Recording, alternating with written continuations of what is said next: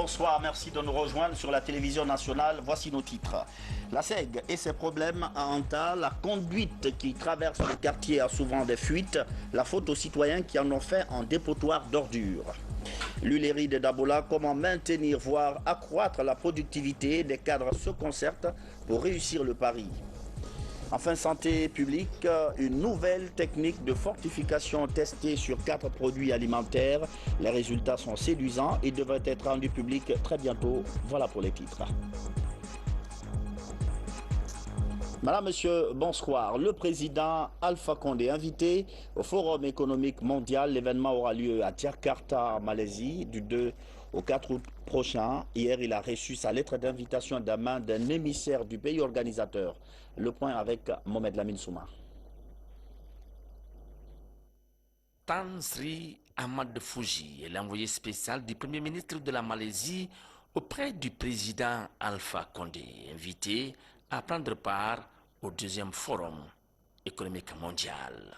La rencontre se tiendra à Jakarta du 2 au 4 août de cette année 2016. The World Islamic Economic Forum Foundation.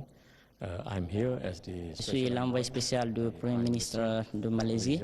Je voudrais vous informer que le forum qui doit se tenir à Jakarta réunira en son sein plus de 2500 participants et nous espérons aussi la présence d'un grand nombre de chefs d'État et de gouvernement qui participeront au forum. Une aubaine pour le professeur Alpha Condé qui multiplie les initiatives de ce genre en vue de trouver des solutions viables au développement économique du pays. Les travaux de la session des lois 2016 se sont poursuivis hier à l'hémicycle. Des travaux portant examen et adoption du projet de chronogramme de la 2e tranche de cette session. Ce sera au mois d'octobre. Robert Sidi Tolnon. Le projet de chronogramme de la 2e tranche de la première session extraordinaire 2016 adopté à l'unanimité des députés présents. Cette 2e partie s'étend sur une durée de près d'un mois. Son contenu prend en compte quelques attentes, plusieurs accords et projets de loi. J'espère que tous les textes que nous allons avoir à examiner avec les collègues vont être adoptés comme nous avons pu avoir la chance de faire adopter au cours de la première phase tous les 22 textes que nous avons eu à examiner ensemble. L'opposition comme la mouvance et le centre. Ce qui doit nous animer en tant que députés, c'est d'abord l'intérêt du citoyen lambda, c'est l'intérêt de la population. Nous, en ce qui nous concerne, aucune loi ne passera ici si on ne se rend pas compte que l'intérêt de la population est respecté. Parmi les projets de loi qui pourraient être examinés au cours de cette 2e phase figure entre autres le projet de code pénal révisé, la proposition de loi portant amendement du code électoral, la proposition de loi portant amendement de la loi numéro 016 à la CENI, mais aussi le contrat de fourniture d'électricité d'une capacité de 50 MW à la ville de Conakry. En image, le trafic routier est fortement perturbé ces derniers temps, pendant justement ce mois de Ramadan à Conakry. Ce soir, comme vous pouvez le voir en image, les usagers ont eu du mal à rallier leur domicile. De longues files d'embouteillage sur l'autoroute Fidel Castro et la route Le Prince. De Madina en passant par Dixine et Bellevue, la circulation était fortement perturbée, malgré la forte présence policière au niveau des carrefours. Les tours jumelles de Coloma, les travaux évoluent de façon plutôt satisfaisante. L'entreprise Welika Kimbo qui réalise le projet est optimiste sur le respect du délai contractuel. Une de nos équipes de reportage était sur le site pour voir le niveau de réalisation des travaux. Souleymane Gamara. Les travaux de construction des 2 tours jumelles de 26 étages à Kakimbo dans la commune de Ratoma avancent à grands pas. Situés sur le centre directionnel de Coloma, ces tours sont les plus longs immeubles du pays. Les travaux qui ont commencé en 2012 sont exécutés par Welika Kimbo, une entreprise chinoise évoluant en Guinée. On est sur une sol rocheuse. On a utilisé tous les 3 types de fondations pour garantir qu'il n'y aura aucun souci de sécurité. Aussi le bâtiment sur le tisson de ferraillage par exemple. C'est conformé au standard taïwanais, où il y a le tremblement de terre. Donc c'est un standard très bien. Ce nouveau bijou va donner une nouvelle image à la capitale Conakry. Il est composé de 26 étages. Chaque niveau dispose de 5 appartements, comportant chacun des logements privés et des chambres d'hôtel. Les tours auront chacune 3 ascenseurs. À cela s'ajoutent 2 parkings de 159 places. C'est pour accompagner le président de la République, le professeur Alpha Condé, dans la résolution des problèmes des logements de haut standing. Nous sommes intéressés à ce projet, auquel d'ailleurs l'État guinéen a associé. Dans ce projet, l'État guinéen participe à hauteur de 25%. Je vous le disais dans le titre, des problèmes sont survenus à Anta sur la conduite de la SEG. Des fuites sont souvent signalées à ce niveau à cause, hélas, du traitement réservé à cette conduite. En effet, des citoyens l'ont carrément transformé en dépotoir d'ordures. Nabi Kamara. Une menace pèse sur les installations de la Société des eaux de Guinée à Conakry. Au niveau du quartier Anta, des citoyens ont construit presque sur la conduite PRV 1100 et l'ont envahi d'ordures ménagères. Ils vont jusqu'à verser de la cendre contenant le feu sur cette conduite qui a toujours créé des problèmes à la Société des eaux de Guinée à cause de sa fragilité. Chaque fois, il y a une équipe de surveillance sur la conduite. Mais les ordures là sont déposées la nuit. Et le poids de ces ordures, le poids du tout ne peut pas s'incompatible. Et surtout que tout le monde connaît aujourd'hui l'état de cette conduite. Heureusement, on a été informé très tôt. On a pris le devant. Ils sont venus directement fermer les 2 valves de sectionnement, du point A au point B. Les anti-accusation ont été fermés. Hier, toute la journée, on était sur ça pour dégager. Et on a pu retrouver la panne. Depuis 2011, cette conduite PRV 1100 s'est cassée 19 fois, causant des dégâts matériels importants dans les familles avoisinantes de Anta à Kisoso. Voilà une usine qui a été relancée mais qui a du mal à atteindre son rythme de croisière. L'huilerie de Dabola tourne vraiment au ralenti. La situation inquiète les parties impliquées dans sa relance. Elles sortent même d'une concertation autour du sujet.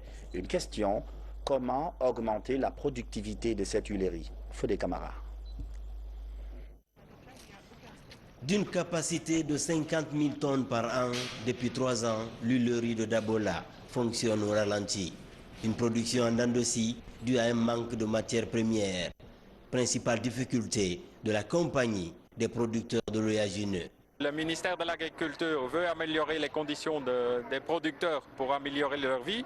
Nous aussi, on veut améliorer leurs conditions, qu'ils mettent plus d'arachides, qu'ils augmentent leur rendement, qu'on peut travailler avec eux ensemble pour vraiment le long terme, parce que nous, on n'est pas intéressé à une campagne ou 2 campagnes, on est vraiment là pour le long terme et on est convaincu qu'on peut faire ça qu'en améliorant les conditions des producteurs et productrices, évidemment. Cette lueur d'espoir est le résultat des échanges entre les membres de la Fédération des unions des producteurs d'arachides de la Haute-Guinée et les autorités de Copéol. Principal point d'achoppement, l'obtention d'un prix d'achat attractif. Cette fois-ci, nous allons calculer d'abord. On a dit, hier, on a invité tous nos membres et on les a dit que cette année, on ne parle pas de prix. On n'a qu'à produire abondamment. Quand la production est là, vraiment, on peut discuter le problème des prix. Le bassin arachidier couvre les préfectures de Farana, Dabola, Dinguiraye et Kouroussa. Une filière confrontée à un déficit de productivité. Autre souci, le manque d'intrants spécifiques et l'amélioration de l'encadrement des producteurs. L'année dernière, nous avons accompagné 12 000 hectares, n'est-ce pas, d'arachides. Et ce que nous avons constaté, c'est que les rendements sont autour d'1 tonne 200 sans engrais à 1 tonne 500 pour ceux qui ont utilisé des intrants et ont suivi le parcours technique que Amproca, l'IRAG, l'APV leur avait conseillé. Donc c'est cela que nous voulons mettre à dimension beaucoup plus large, mais également amener ces producteurs qui reçoivent cet encadrement à peut-être contractualiser avec Copéol et apporter un soutien au niveau des engrais, des semences. Copéol a déjà commencé cette année. Pour la relance de ce secteur, 3 activités de promotion rurale sont envisagées. La formation des producteurs sémenciers, l'introduction des variétés sélectionnées à haut rendement et l'installation des parcelles vitrines, des parcelles écoles pour la maîtrise par les producteurs des itinéraires techniques du labour à la récolte. Et cette réunion des acteurs impliqués dans la fortification des aliments, ils ont élaboré une nouvelle méthode dont on devrait très bientôt parler. Pour l'instant, elle est appliquée à quelques produits de grande consommation, dont le riz ou encore la farine. Maroufba, Saïdou Diallo. En Guinée, les carences en micronutriments, fer, vitamine A, zinc et iode constituent un problème de santé publique. L'enquête démographique et de santé réalisée en 2012 montre que 49% des femmes et 77% des enfants de moins de 5 ans sont anémiés. En cause, la non-fortification des aliments de base comme le riz, l'huile végétale et la farine. Pour améliorer la situation, plusieurs stratégies sont mises en œuvre. Cette réunion de l'Alliance guinéenne pour la fortification des aliments marque un nouveau départ pour une bonne collaboration entre les entreprises de production et les services spécialisés de contrôle. L'objectif de cette réunion était donc de faire un diagnostic de l'état de la fortification alimentaire en Guinée. Ensuite, de faire un état de fonctionnement de l'Alliance guinéenne de fortification alimentaire. Et nous espérons bien qu'au cours de cette réunion, on pourra trouver les raisons qui font que l'Alliance ne fonctionne pas et on trouvera les solutions pour que cette Alliance puisse fonctionner dans l'avenir. Les parties présentes se proposent ainsi une méthodologie pour la consommation des aliments en Guinée. Les postes de contrôle sont très minimes par manque de matériel parce que nous n'avons eu que 3 échecs pour le contrôle du sel pour toute la République de Guinée. Nous, au niveau du laboratoire, nous avons un échec. Nous avons un échec à Labé et à Sambaïl au niveau de la frontière. Vous savez, ça ne peut pas couvrir toute la Guinée. L'enrichissement des aliments ou leur fortification consiste à ajouter des minéraux et des vitamines à des aliments de consommation courante afin de renforcer le contenu nutritionnel. Cela permet de freiner les carences en micronutriments et assurer la santé des consommateurs.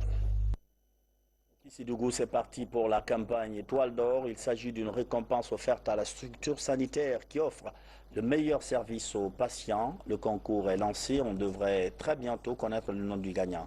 Adiatou Bari. À Kissidougou, sur 18 formations sanitaires, seulement 2 ont atteint le seuil de performance en termes de prestations de soins de santé de haute qualité. Il s'agit de l'hôpital préfectoral et le centre de santé de Hermakono. Une victoire qui les dote du symbole Étoile d'Or. Dans l'enceinte de ces 2 structures sanitaires, le projet HC3 érige l'Étoile d'Or. Je suis très content, très émerveillé, parce que ce n'est pas n'importe qui doit avoir cette étoile. Il faut également vraiment des services de qualité pour qu'on puisse distinguer votre hôpital afin d'implanter cette Étoile d'Or. Pour être toujours distingué, nous allons d'abord renforcer l'accueil. Donc notre lutte, ça sera de renforcer l'accueil, la sensibilisation, vraiment, et donner des services de qualité aux malades. Le contrôle des infections, la planification familiale et les soins obstétricaux néonataux d'urgence offerts sont les critères qui ont permis à ces 2 formations sanitaires de se distinguer. Des atouts interprétés dans cette scénette des agents communautaires formés par HC3. Accroître le taux de fréquentation des structures est l'objectif de la promotion du symbole Étoile d'Or. Ces faces ici qui ont le sourire, qui veut dire pratiquement que là, si on doit y aller, on sera bien accueilli. Donc voilà en tout cas le sens même de la contribution de HC3 et à travers eux, tous ces partenaires communautaires qui sont mobilisés avec des messages clés pour pouvoir convaincre les membres de la population, les membres de leur famille, les membres de leur voisinage, afin qu'ils viennent à ces endroits où ils vont trouver cette étoile d'or. Au nombre des stratégies de promotion du symbole Étoile d'Or élaborées par le projet HC3 figure ce carnaval. Munis de flyers, de bus sonorisés et de motos, les caravaniers ont parcouru les lieux publics de la préfecture de Kissidougou afin de véhiculer les messages devant favoriser l'utilisation accrue des services de santé étoilés. Information sur la bonne gouvernance. Des acteurs de la société civile étaient réunis autour du thème pour un échange d'expériences. Ils se sont enfin familiarisés avec des techniques de prévention et de résolution des conflits à travers la communication. Fernand Kourma. Des acteurs de la société civile guinéenne en formation à la prévention des conflits. L'initiative est du réseau ouest-africain pour l'édification de la paix, WANEP Guinée. Avec l'appui technique du Centre international de résolution des conflits par la non-violence, ICNC, les acteurs seront outillés aux techniques de prévention et de résolution des conflits de tout genre par la non-violence. Un réseau local sera mis en place pour piloter cette opération. Vous savez que notre pays a traversé des moments douloureux, des moments difficiles, et chaque fois qu'on a des petites discussions ici, on a cherché à les régler de la façon la plus violente. Et donc j'ai trouvé que ce serait excellente idée que d'inviter ICNC, qui est un centre qui évolue de par le monde entier, pour venir former les acteurs de la société civile guinéenne sur les techniques de non-violence. Comment résoudre les conflits, si petits soient-ils, par des techniques qui n'engagent pas la violence. L'ICNC prouve qu'en formant les gens à la non-violence, beaucoup de problèmes peuvent être résolus. Le cas du Kenya et de l'Ouganda montre que les populations ont été formées dans ce sens. L'ICNC de souligner que dans le monde, le recours aux armes pour la résolution des crises est le moyen le plus courant. Pourtant, les résultats sont de 6% de réussite, alors qu'avec la méthode non violente, on est à 70% de réussite. And we work with people all over the world. Nous travaillons avec les gens à travers le monde. Who request research. Qui cherchent à travers la recherche. Information. Information. And practical ways. Et des voies pratiques. To use non-violent action. Les voies pratiques pour utiliser des actions non violentes. Reste maintenant aux participants de démultiplier cette formation en vue de résoudre les conflits de toute taille. La Guinée et l'Italie entendent créer une synergie d'action pour prévenir et lutter contre tous les facteurs de conflit dans notre pays. Et lors de son séjour en Italie, la ministre des Affaires étrangères a animé un point de presse pour montrer très clairement la position de la Guinée face à la menace terroriste, mais aussi face à l'immigration clandestine. Le point avec Marthe Morat.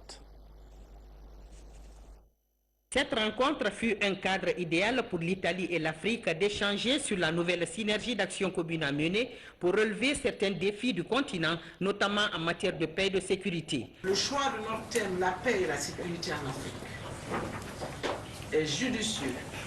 La plupart des conflits sont internes, provoqués par la marginalisation, les inégalités et les injustices, la mauvaise gouvernance, la corruption, l'impunité et les violations des droits de l'homme.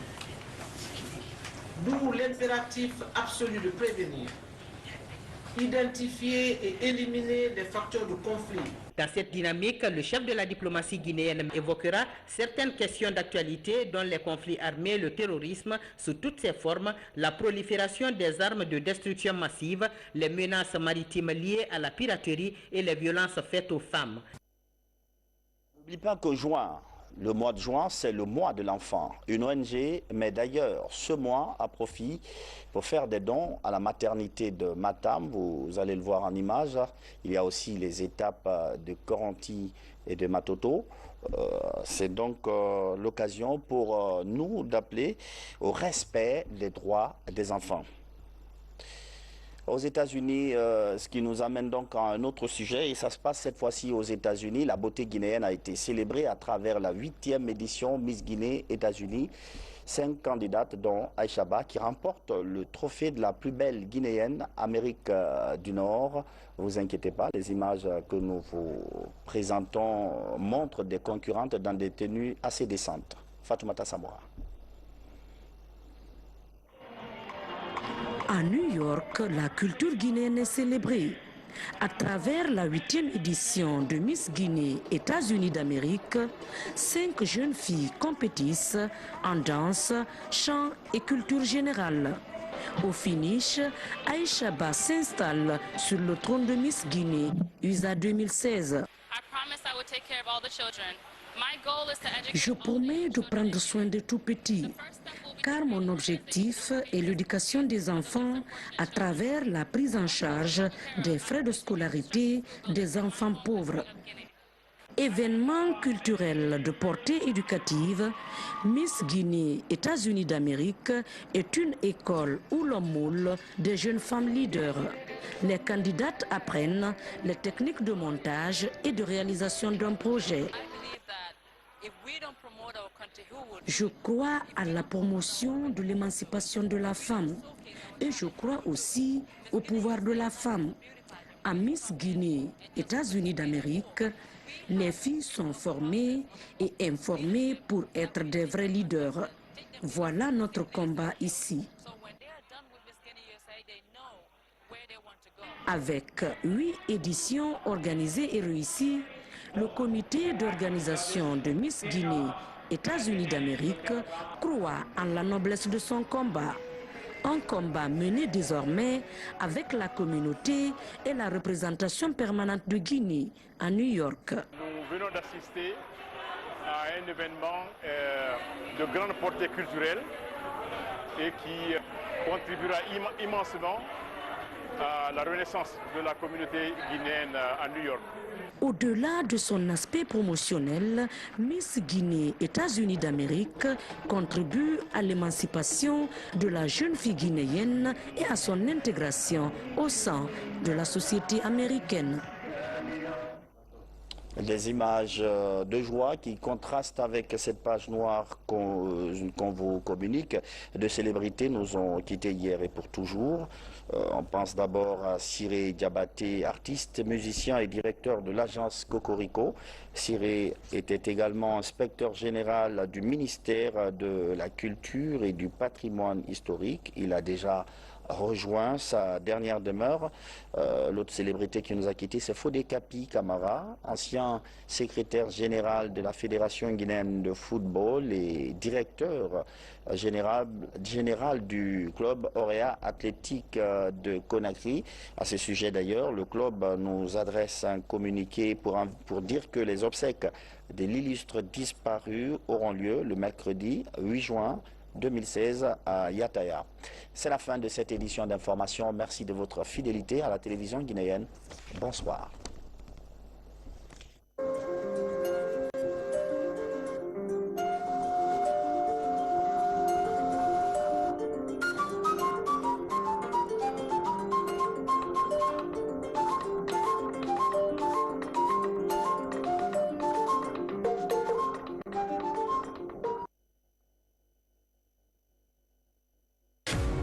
La marque TCL, leader mondial de la climatisation, arrive en Guinée avec la Galerie Marifala. Vous voulez vivre la fraîcheur et la douceur? La marque des stars, la star des clims, TCL s'invite dans votre vie et celle de vos familles. À travers le monde, TCL a fait ses preuves